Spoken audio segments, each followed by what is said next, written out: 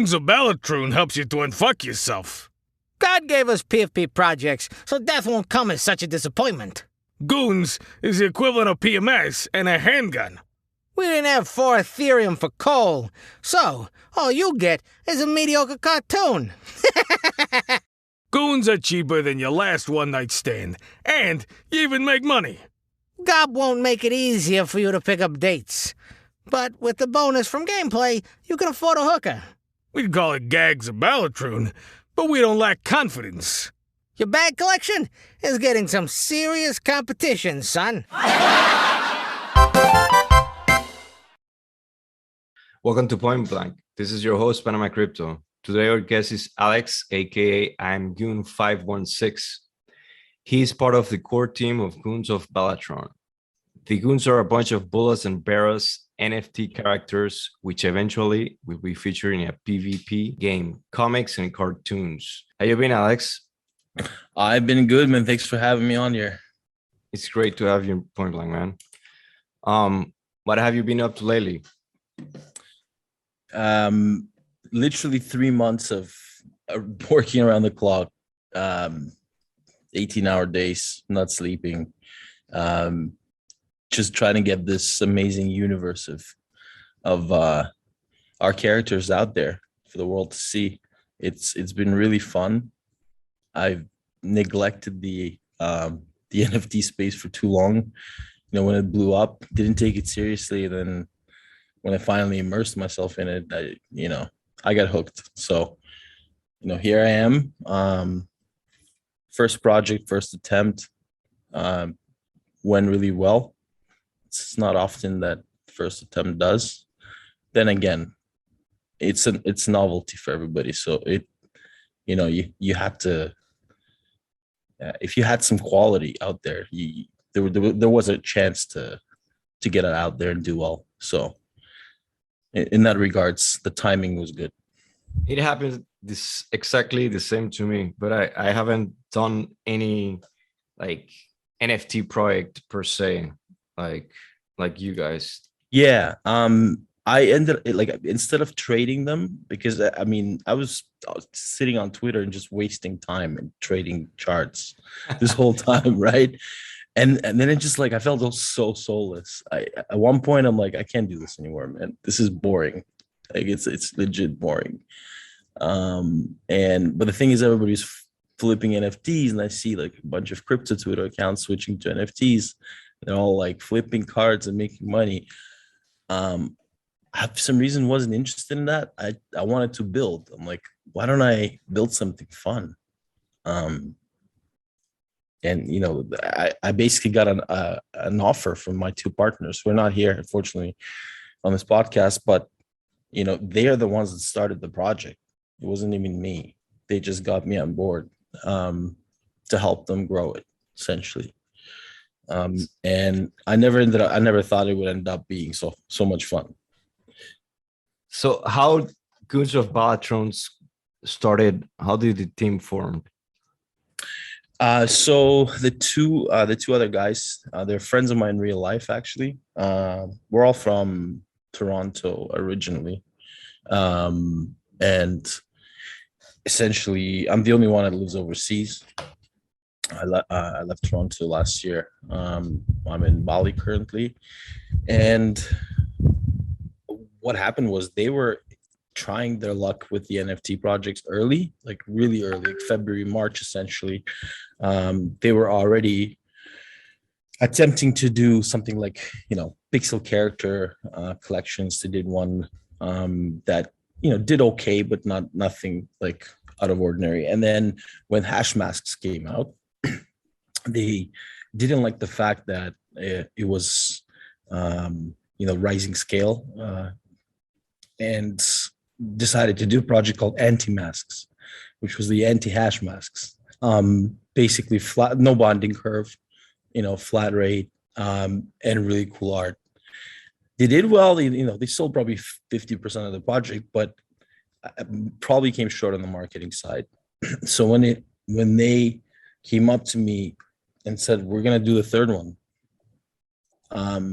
but we wanted to do it right this time and make sure we really nail it, can you help us with marketing? Can you help us with, involving crypto Twitter? Like what theme what theme can we come up with that's gonna be fun for everybody? And we just sat there and brainstormed, and you know, seeing how all these animal characters started blowing off.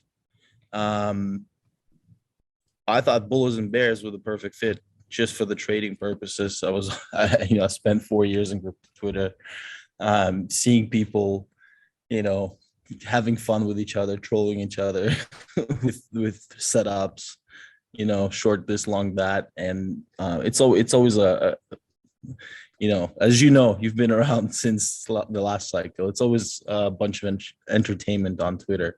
So I thought that creating characters like that would resonate with the community, but we didn't want to call them bulls and bears just because there's already a couple of collections out there with similar theme, I guess, and I didn't really have the same vision. I wanted them to have a brand, and the brand was like a bunch of goofy, silly characters that do stupid things and have fun while doing so. So they're we came up with a bunch of traits that reflected several influences from, I guess, each one of our lives. Maybe if you look in the collection itself, there's a bunch of different areas, like cultural traits, as well as like things like rave chains and glow sticks that comes from like our history of loving to party and going to electronic music festivals and just being huge fans of music in general. So things like that. And we made them entertaining, we made them lovable and really silly, goofy, passive aggressive, but never crossing the line kind of thing. You know what I mean? And that's how we kind of position ourselves on Twitter. Instead of being all formal and corporate, we are who we are. We act naturally, and that, I think, resonates with who Goons are, essentially. What is the background of the core team, Marga and Mr. C and Trivedi? Yeah, so Trivedi Aniket, he's the artist. He's actually he's a really quality artist and a filmmaker as well. Back home in India, won some awards.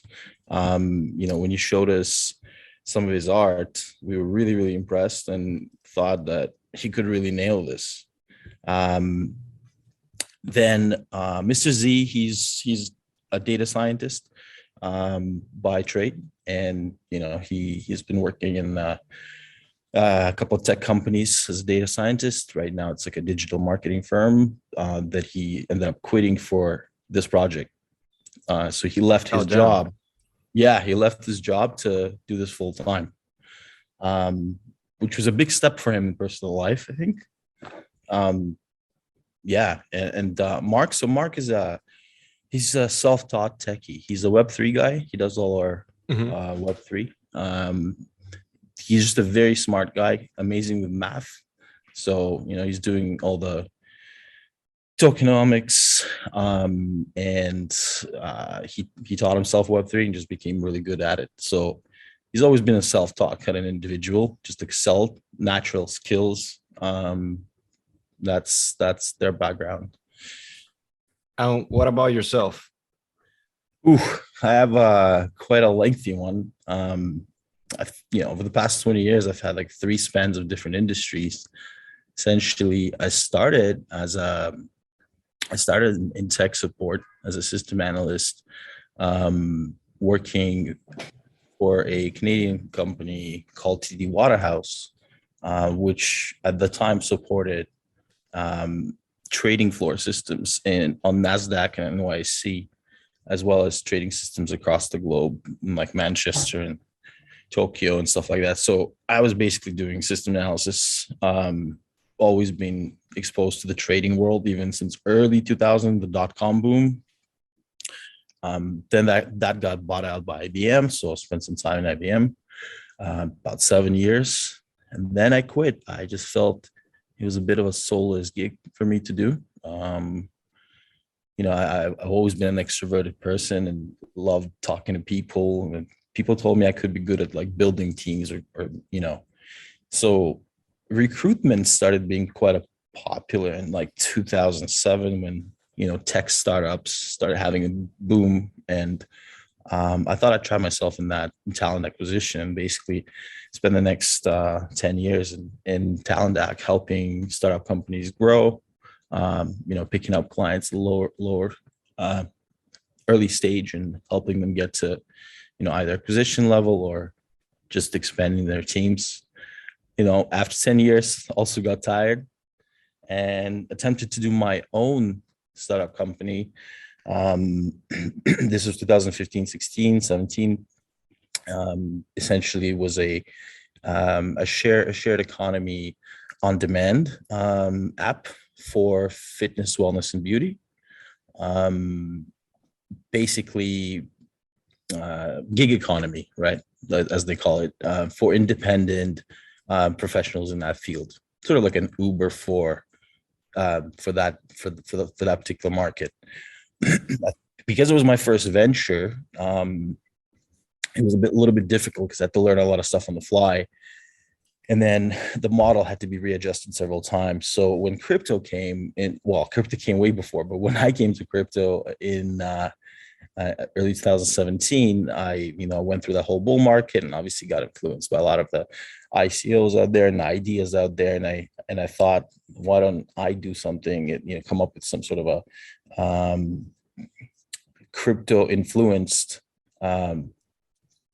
application and figured out how to maybe incorporate crypto in that startup, right? And basically I came up with an idea of security token where these workers, these gig economy workers would get incentivized and own a fraction of the company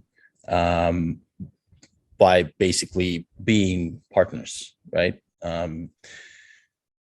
Then because of it took a while for me to build that up. Like it was taking way too long. And in the startup world, when you read books by people like Tim Ferriss, and you always see the same comments. If you don't execute fast enough, it's always going to fail. And I think that was the case with me. Although by 2020, I came really, really close. I never gave up. I quit my job and I kept battling for almost 4 years to get it out there. And in the meantime, you were day trading, right? Yeah, exactly. Meanwhile, I was supporting myself through trading. And essentially, it became like a moment where I finally got to venture capital, and I was very close to raising about $1 million. And this happened just before COVID. Of course, our industry is based on human contact, and it all fell apart. So at that point, I didn't know what the hell I was going to do. It was kind of more like need to find myself again thing. Crypto was always there. The bull market was just starting. We just had the March capitulation. I thought, why don't I get on the road and just get out of my comfort zone, just start traveling and trading remotely. And I did that and I left. Then the bull market happened. Then the big top happened in 65K in March. I didn't play it right. I kind of made a few bad moves and lost a pretty hefty amount of capital on that top, even though I expected a fall, but my timing was completely off. I effed it up big time. So, at that point during that bottom, I just got frustrated. At the 30K bottom, I got really frustrated. I'm like, man, I can't do this anymore. It's just like an all over circle, just going back and forth. And luckily enough, it was just good timing that my friends Mark and Z called me and offered me to join the team. They're like, we think you can make this happen marketing wise. And I thought, hey man, I got nothing to lose, so let's do it. It's just Sweet. very natural occurrence. And you moved to Bali in 2020. Yeah. How did that happen? Like in the middle of Well, COVID? yeah, it was one of the Weren't very the borders closed? no. So it was one of the very few places around the world that was still open. One of them was Mexico. Dubai was still open, and Bali was still open.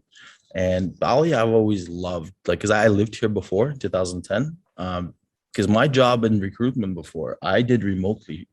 Like 80% of the time, I was doing the same thing but remotely. So I would travel all the countries, did over 60, 65 countries in like 10 years So living you're in. basically used to the off schedule of people Oh around the yeah, globe. I'm a digital nomad through and through.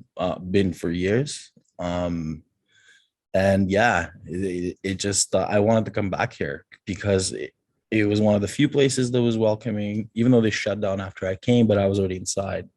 And it's quite easy to like arrange your visa here. You can keep extending it on the ground without leaving. So it's a good place to be during the pandemic if you don't like go out much and just sit and work and do your thing. You're not a menace to society. Then then it's a great place to spend time. I have a technical question about the decision, well, actually the technicality of making the goons, or more precisely in terms of the whole NFT realm.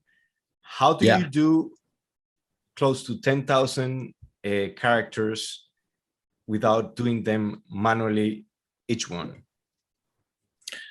Well, it's obviously metadata and randomization. This is something that Mr. Z handled like a champ. Um, but you still had to create everything manually in terms of traits, obviously, right? And we wanted to have a lot because the ideal vision was to kind of just like make what works, because we started working on it quite early. It was June, and this was just after Apes and Cats came out.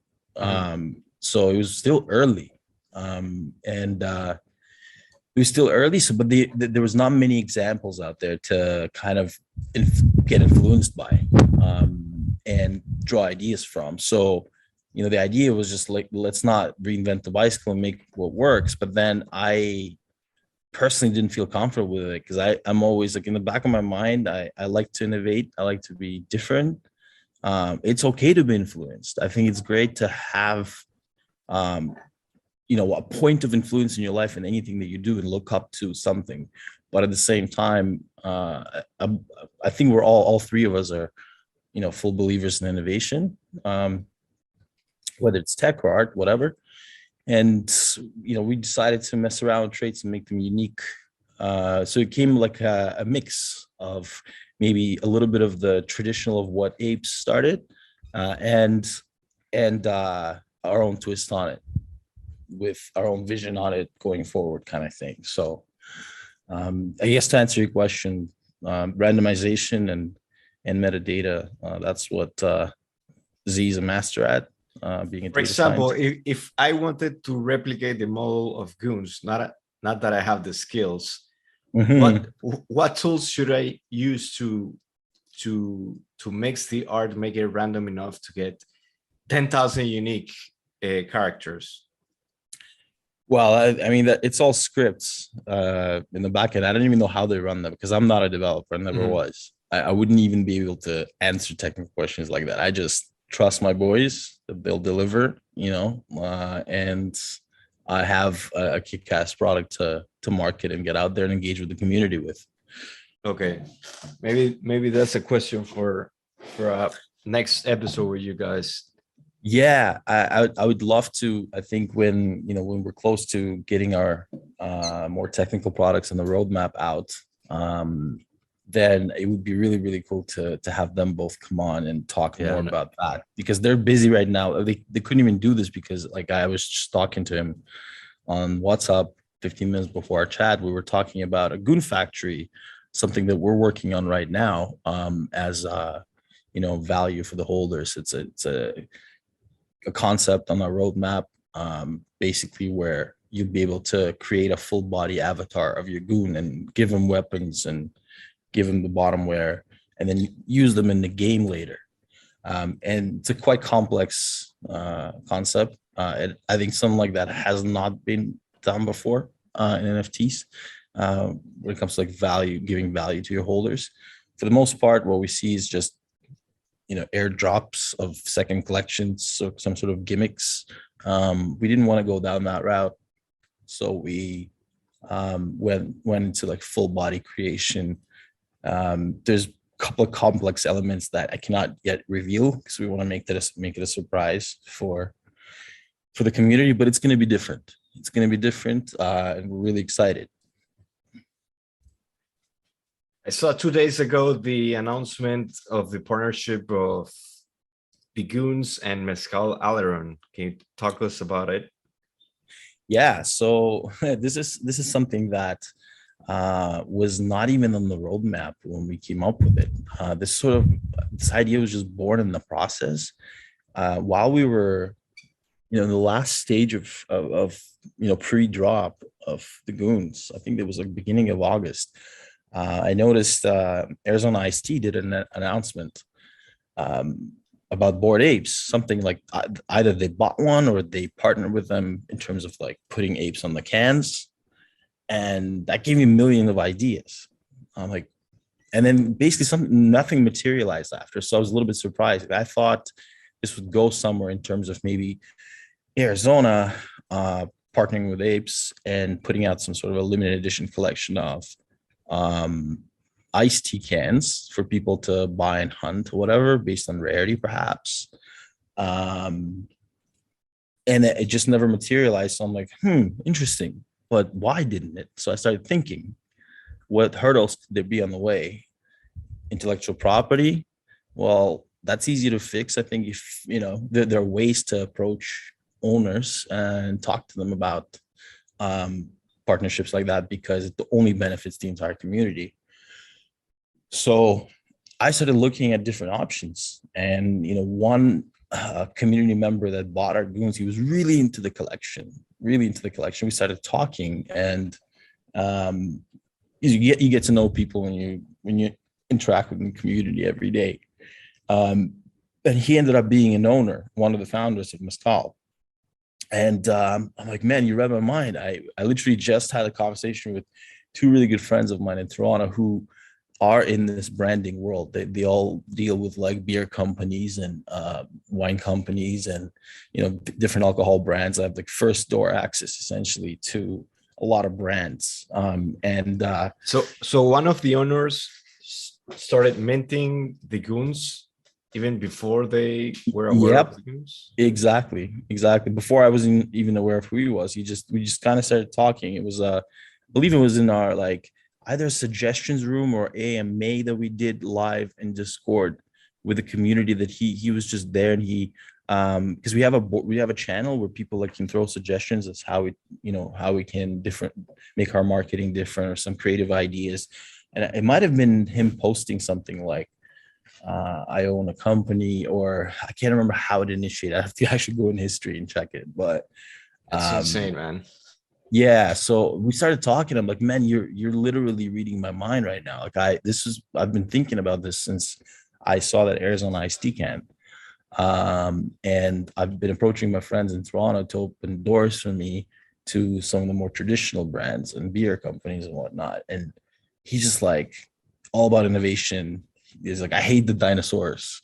And I want to do this. And so we just hit it off instantly. It was like we're on the same page from day one, and the entire way of planning this sort of venture together, we didn't hit a single hurdle. It just all naturally worked. And I think that's a great door opener for me to now, take as an example and then go to like a bigger brand and some brands that we had discussions with, because that didn't understand what NFTs were, like didn't really get the value prop clearly. Now I have a live example. I'm like, you know what, guys, just wait, because this is not something you make a pitch deck for. There is no way to make a pitch deck for this. You need to really feel it and see a real life use case. And I made it happen. So now things may change. Okay, talk us through what does the contest compromise? The contest with Mezcal. Mezcal, yeah. Yeah, so the agreement was that so they basically they're what number one social media followed mezcal brand in Mexico. In terms of their distribution, they've got all the stores in Mexico, like 20,000 stores, all the majors. Any major you're thinking about in Mexico, they have it. And now they're coming to the States within the next 30 days. They're going to be in California, Texas. Wait, they're going to start distributing in the States? Yep, 30 days. They're going to be here or there. Wow. Yeah. So they're blowing up. I mean, they were number one in online sales on Amazon in Mexico. They really blew the roof off with this brand just because it's a brand that really appeals to the community. They have such a lively community on Instagram, and all the 5 founders are super active on Instagram. They all have like millions of followers. One of the founders is a IndyCar racer, and he's actually racing this weekend in Los Angeles, South Beach, I believe, Grand Prix. He's a talented up and coming driver who has a very good chance of joining Formula One team, possibly next year, like McLaren or something. I mean, I don't know if it's going to happen, but he's super talented. So just because of their following and engagement, it made the brand that much more attractive because they interact with their customers, and I believe that's what it takes to make something like that attractive, right? So the contest was that they put out, they created a limited edition collection which included the bottle of mezcal and 5 designer limited edition shot glasses. And each one of them is signed by one of the founders. So there's like 5 signatures. And each bottle is sold with 2. And you basically have to collect 5. And then when you collect 5, you have to send proof of picture to the founders by Instagram or social media or whatever. Tag them. Be like, I collected all 5. And if you prove that, then you win a Goons NFT. Now, obviously, they've also allocated some free shot glasses for our community. We're doing a meme contest right now in our Discord where the best 10 memes will win shot glasses from mezcal, and the meme has to be mezcal Goons themed, basically. So basically, that's to participate, you need to buy mezcal Aleron bottle and correct. Be lucky enough to collect the 5 different shot glasses. Correct. So if you get like 2 of Pato, you're not gonna be like 3 of Pato and 2 of the rest, and you complete 5. You need to have individually. You need to have one of each. One of each. You need to have one unique, so that wins you an NFT. We already have one winner sent 24 hours after, and it's a physical product too, right? It has to be delivered. And so one winner is already announced. So we're going to see some more rolling in over the next few weeks, I assume, because of product ships and all that stuff. And that's just the first part. The second part, is there a limit of the people that could complete the collection? It's the first 40. So the first 40 to collect complete 5. the 5. Yeah. So we allocated 40 NFTs for them out of our marketing budget, which is depleting like hell. After this, we'll have like barely any left. I mean, some, but not a lot. So if anything, we'd have to buy more from the floor. And then the second part is that's when my original idea came. Like, how do those goons get on the bottles? And this is where we kind of rallied around in terms of the idea. and they proposed that, yeah, why don't we make a limited edition collection, like let's say 1,000 bottles or 2,000, I don't know, and we do them by rarity, so it's like a treasure hunt too, like just like NFTs have rarity. So you have 10 rarity categories, right? Not 10, but like 10 brackets. Like if it's 10,000 NFTs, we're just a bit less than 10,000 because we specifically did it that way. But let's pretend it's 10,000. So there's 10 different 1K rarity brackets, right? So it'd work the same way. So the most rare goon would be featured on only, let's say, I don't know, 10 bottles or 15 bottles or 20 bottles. And then the most common one would be featured on 250 bottles. So it'd be more of those. And it would be like a treasure hunt. So the specific goon or the ones you guys choose are gonna be featured on the bottle? Yeah, so we're thinking about, we were thinking for long and hard how we're going to do this, because obviously intellectual property comes into play, right? Each individual owner controls their IP. So, it would have to be, I think it would have to be a contest of who is willing to participate and assign their IP temporarily during this contest, I think, where they know that they're doing it for the sake of the collection value itself, by giving it exposure and driving demand. It only benefits. So this is gonna happen afterwards the contest. Yeah. Well, this is more into towards like November, December, because it takes time to produce these bottles and everything. It's now we're dealing with a tangible product. So yeah, I'm looking at the GIF prototype of the bottle. Yeah, it's really sick. It's like minimal black and white design, very cool design. But the actual NFT will be color. It's black and white on the prototype, but it's gonna be the way it is on the avatar. Oh, nice. Is that bottle gonna be like fully black, but the tag are gonna be colored? Yeah. Nice. Yeah. That's pretty sick, man. I think this is the first of its kind in NFT, right? I think so. I haven't seen anybody do this unless, I've done research. I've seen wine companies create their own NFTs as a way of accessing special collections, like using it as like a promotional tool, something unique, which is a little bit different. But in terms of like 10,000 collaboration, collaboration, where 10,000 avatar collection images or characters went on products, that has not been done. I don't think it has been done. So we're really proud that happened. We hope that paves the way for others, and for us as well. This is pretty massive, man. Mexico is the second largest market behind Brazil in Latin America. Yeah. And whenever it's that in the next 30 days that you said that Mezcal Aleron is going to be sold in the US, that's going to be a huge ass market exposure. Absolutely. And not, they're planning worldwide expansion. It's not going to stop in America. US is just the next step because it's a big one, but I'm sure they've got plans. That's pretty sick, man. Yeah. Oh, man. And this is pretty sick news for the Goons.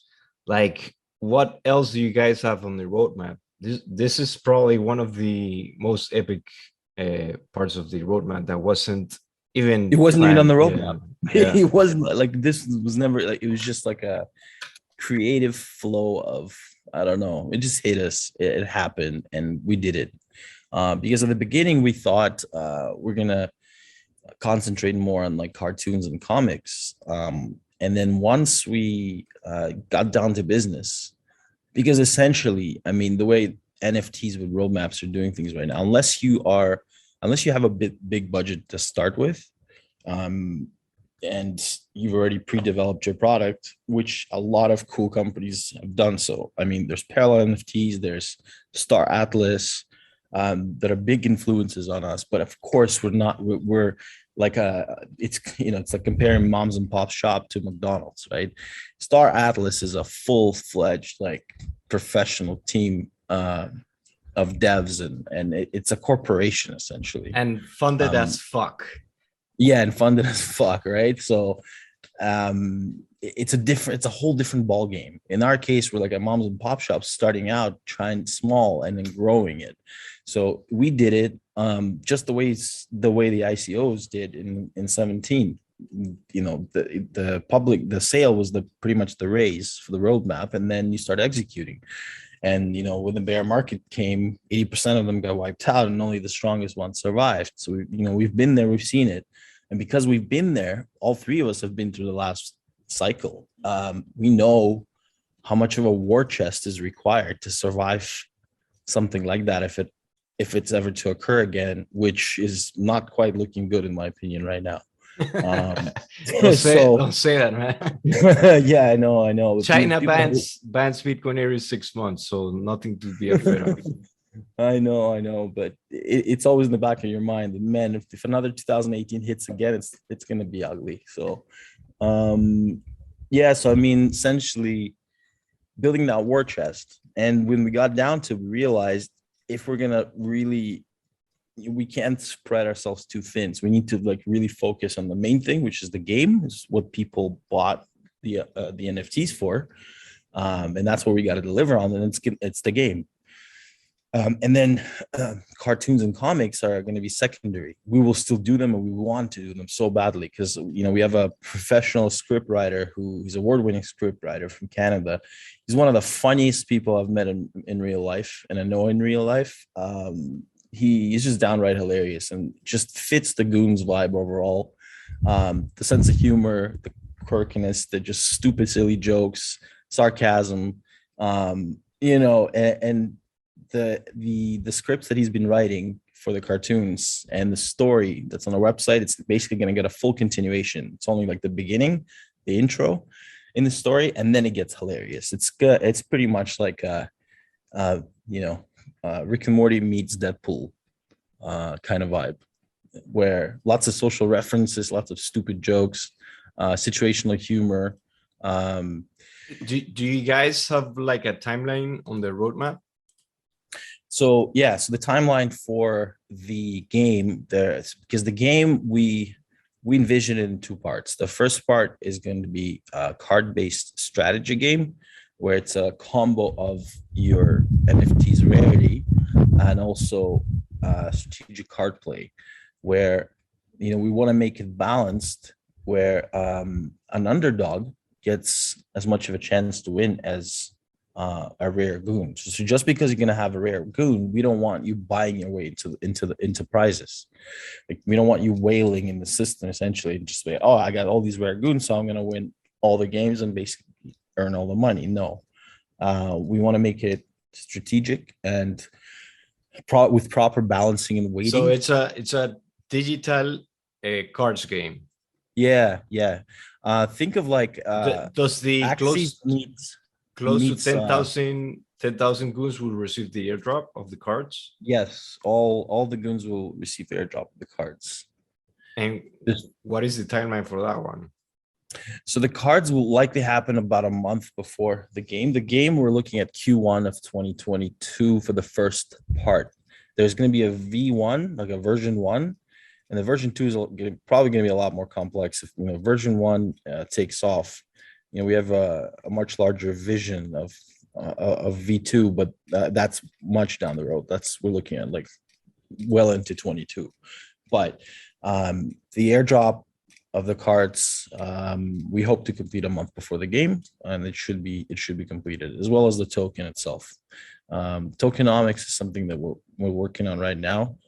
It's we're taking a really careful approach with it, because with the play to earn aspect, you got to make sure you create an economy that's not going to destroy itself within a short period of time. And then there's a governance token, and then there's a reward token. That's how Star Atlas has it. That's how Axis operate as well. We thought that maybe there was a way to make it a single token that acts that has a double function essentially. And I think the only product or a game in the market out there that has something like that is Gods Unchained. But Gods Unchained has not really released or revealed much information. So we really have no use cases to build off at all. So we're innovating as we go. And them two being math, whizzes, math geniuses, it really helps because they start coming up with these ideas and then like, oh my God, we can make it this way. And then just kind of like, it flies, it gets born midair. And then, we've put together an economics proposal basically and sent it around to two, prominent consultants. And, we're going to get this done within a month or so. And what about the upgrade to full body? Yeah, so that's Goons Factory that I was mentioning earlier. That's probably one of the first things that's going to happen. Now, probably it will be one of the first things that we're going to release. That will is that for this year? Yeah, it's next month, probably mid-October-ish. I'm going to give a rough timeline on that. We were hoping for early October, but it's probably going to be more towards mid-end at most, just because of the complexity of what we're doing. Again, does that come before the control and own a unique avatar thing? Before what? Because in the website says that you could control and your own avatar. Yeah. So meaning like what is the dynamic for that one? So you extend the body of your actual avatar, and yeah, of course, but you need to first upgrade to full body of each one, right? Exactly. Mm-hmm. But they're traits. Essentially, what you do is it's the traits that you're gonna get.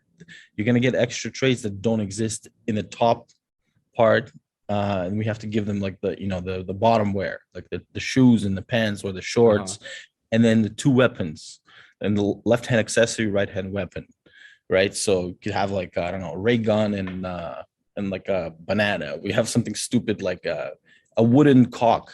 Like, you know what I mean? So goons are going to be fighting each other with fucking wooden cocks, and you know what I mean? So something like funny and hilarious like that. So that the traits you're going to be able to mint essentially, because you're minting the trait, but the body stays as a mannequin. Oh, nice. So how could you manipulate the avatar? Like, how does it work? Oh, it's all based on rarity as well, and it's going to be through metadata as well, just like the original collection. We just wanted to give it a lot more utility than your typical second faction airdrop. Like, I mean, the early collection, of course, set the pace for that with like say the Gutter Cats did rats. And it created a separate economy in the market for that, or like Wicked Craniums did their thing too. And then recently Apes did the zombie drop, the make MAYC, I guess. And it was really cool what they did. With us, my partner Mark, he's just an innovative mind all around. He likes to do things that have not been done before, and he always tries to do something cool. So we were thinking for the community, it would be something unique to offer. So they're basically locked in the rooms and creating things all day long, making them fun and unique, something that hasn't been done before. And I'm looking forward to get that product out there and explain to people what it is, how it works. Seems that you guys are pretty hands-full, man. Yeah, man, it's literally been, aside from like the 1 hour a day I take to jump on my personal Twitter and post a couple of charts and troll a couple of bulls or bears, depending on the situation. Like today I trolled the bulls.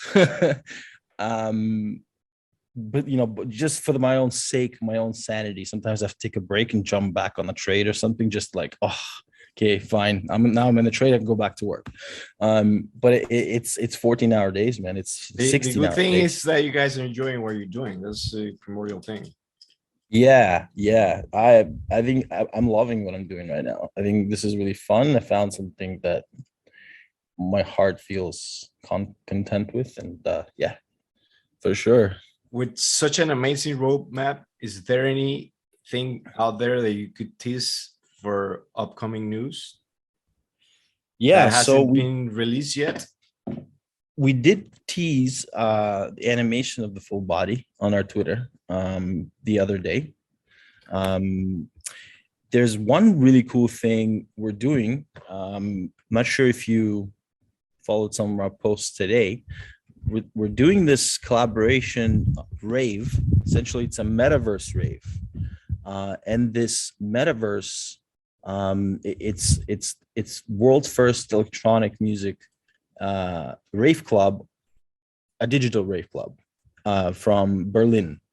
So if you've ever been to Berlin before and went to like the famous techno raves at Bergheim, uh, you know what this is, right? Like it's basically that experience, taking that classic sort of techno experience from Berlin um, and putting it in the digital format where people come to listen to a DJ play and walk around rooms and galleries and look at different things. So basically, this party is hosted by a metaverse company called Golden Voyager. They're having their second tier drop next week, and this is like a pre-drop party that they approached us and I believe another collection. I believe it's Koalas. They approached to do uh, the jam. So basically, our NFTs are going to be displayed in the gallery. And there's gonna be like a hall of fame with some people from the industry, lending their NFTs to display. And you can walk around this metaverse, navigate around it, and have a good time while listening to music and chatting with people, except not in real life, but virtually. So yeah, we're looking forward to that. I think that's gonna be really fun. So if I were to join, can I like flex my goon? They have to be pre-arranged essentially. So we had to give them the addresses of the NFTs to display prior to, so they put them in a gallery. I'm not sure if maybe in the future they'll have something like when you walk in as a guest, you can flex your or whatever NFT. That doesn't have to be a goon, right? Maybe that's something they're working on. But I really like this project. They're not getting the attention because of all the gimmick, drops that are happening every day, and whoever has the best marketing basically wins the game. That's the name of the game right now. Spend the most, win the most, kind of thing. And it's like, Yeah. and It's innovation getting gets it's getting crowded out there. yeah, and innovation gets like completely brushed to the side. And these guys are doing something really cool. They have a working product, a working metaverse. I actually went there and tested how it looks like inside, and it's sick. So I mean, I really like the project. I support them. I want to give them a little bit of a push. I think people should give them a look for sure. And they just seem very into what they're doing. They seem genuine. They seem like they're not here for the short term cash grab, like a lot of them are. And yeah, so we thought this was something cool to do. I'm gonna join with my kid tomorrow because he likes electronic music for some reason. There you go. It's gonna be banging loud techno. He likes that. Nice. And with that, we end our episode. I'm extremely happy to have hosted Alex on Point Blank. Thanks for coming on, man. Thank you so much, man. Looking forward to chatting with you again sometime. Can you tell us where we can find you? And yes, Goons. so Goons NFT, Twitter, Goons NFT, Instagram, Goons NFT, TikTok, Goons of NFT, no, it's Goons of Balatroon, YouTube, and my personal Twitter is at IM516TV, which stands for Trading View, not television. So IM516TV is my personal account. Thanks for listening. Until next time. Take care. Peace.